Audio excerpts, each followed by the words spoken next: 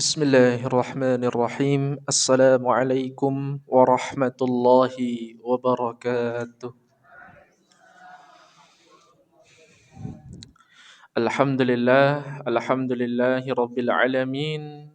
Wabihi nasta'in wa ala umurid dunya waddin wa ala alihi wa sahbihi ajma'in. Wa ala sayyidina Muhammadin nabiyil ummi wa ala alihi wa sahbihi ajma'in. Rabbi shrah li sadri wa yassir li amri wahlul 'uqdatam min lisani yafqahu qawli amma ba'du. Sehat Ibu semuanya?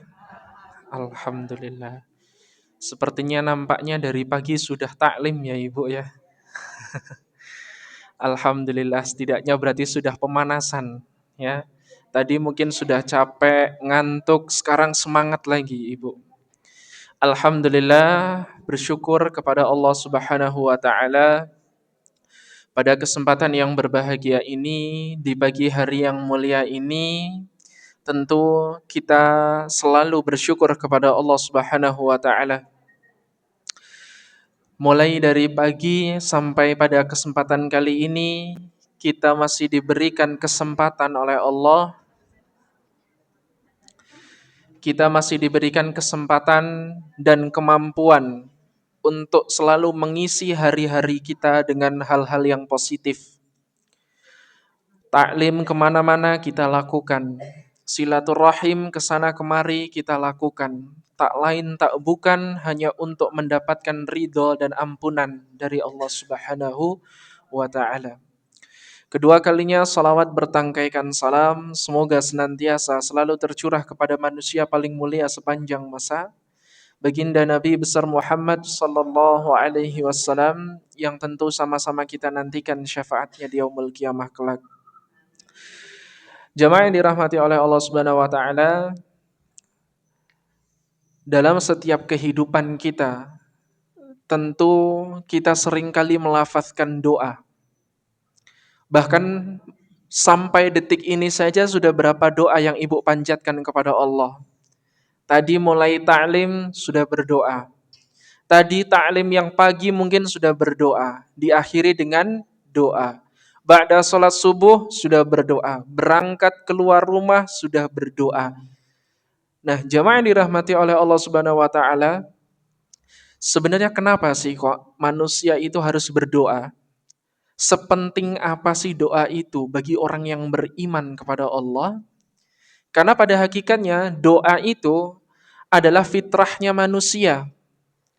Fitrahnya manusia itu berdoa kalau dikasih kesulitan, baru berdoa. Tapi kalau tidak diberikan kesulitan, itu biasanya enggan untuk berdoa, jamaah. Jadi ternyata berdoa itu adalah salah satu bentuk rasa syukur juga kita kepada Allah. Allah berfirman dalam Al-Quran surah ke-34, surah Saba, ayat yang ke-13 di bagian akhir ayatnya. Wa qalilum min ibadiyash syakur. Sedikit sekali hamba-hambaku yang bersyukur kepada Allah. Sangat sedikit, jamaah. Dari sekian miliar manusia yang Allah ciptakan ke dunia, ternyata Allah sendiri yang sudah mengatakan wa qalilum min ibadiyash syakur. Kalau Allah yang sudah mengatakan, itu pasti benar atau salah, jamaah? Pasti benar. Allah sudah memberikan kepada kita contoh bahwasanya ayat ini menggambarkan kepada kita ternyata sedikit sekali hamba-hamba yang bersyukur kepada Allah. Maka dari itu jamaah, mari kita mulai taklim pada kesempatan kali ini dengan memulai dengan penuh rasa syukur kita kepada Allah Subhanahu wa taala. Banyak kenikmatan yang sudah kita dapatkan. Mulai dari bangun tidur sampai tadi kita sudah melewati bagaimana pembelajaran dalam kehidupan kita. Dari mulai berjalan kita melihat jamaah ada seseorang yang kesana kemari bawa jajanan buat dijual kesana kemari. Sedangkan kita cuma nonton sambil batin dalam hati. Aduh ya Allah, kasihan banget ya ibu itu. Melas temennya bapak itu. Jualan pisang dipikul kesana kemari belum tentu dapat jamaah. Maka dari itu jamaah patut kita bersyukur kepada Allah Subhanahu wa taala atas segala nikmat yang Allah berikan kepada kita. Tadi ya jamaah, Wa qalilum min ibadiyasy syakur. Sangat sedikit sekali hamba-hambaku yang bersyukur kepadaku. Makanya kenapa kok ketika ditimpa kesulitan, manusia itu ditimpa kesulitan, pasti akan kembali kepada Allah sesegera mungkin. Tetapi kalau kesulitan itu sudah Allah selesaikan, apa yang akan terjadi?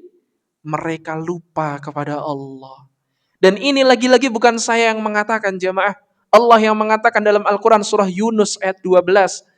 Hamba-hambaku ketika aku berikan kesulitan, maka mereka berbondong-bondong untuk kembali kepadaku, untuk memohon kepadaku.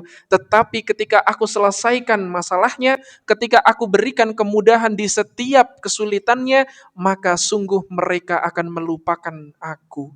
Itu Allah yang mengatakan, jamaah. Kita sadar nggak sih jamaah, selama ini terkadang kalau kita sudah diberikan kemudahan, terkadang kita lupa kepada Allah.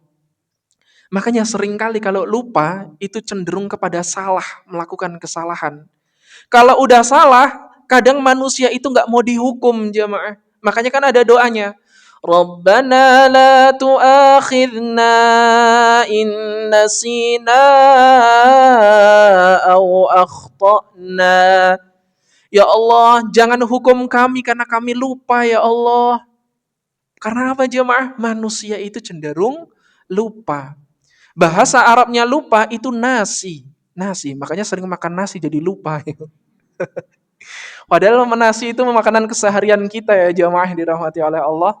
Keseringan makan nasi jadi lupa. Ya. Rabbana la tu'akhidna in nasina aw akhtana. Ya Allah, jangan kau hukum kami dengan kesalahan kami. Kenapa selalu ya Allah, ya Allah, ya Allah, tanpa kita sadari ya Allah, itu adalah mengandung doa jemaah. Mengandung doa.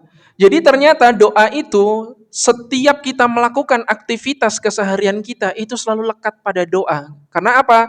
Karena ciri insan yang beriman kepada Allah itu di dalam hatinya atau di dalam dirinya selalu lekat dalam doa, jemaah.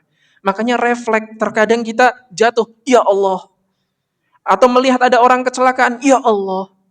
Atau kaget, ya Allah. Ya Allah, ya Allah. Itu adalah ciri insan orang yang beriman memang fitrahnya demikian, jamaah. Selalu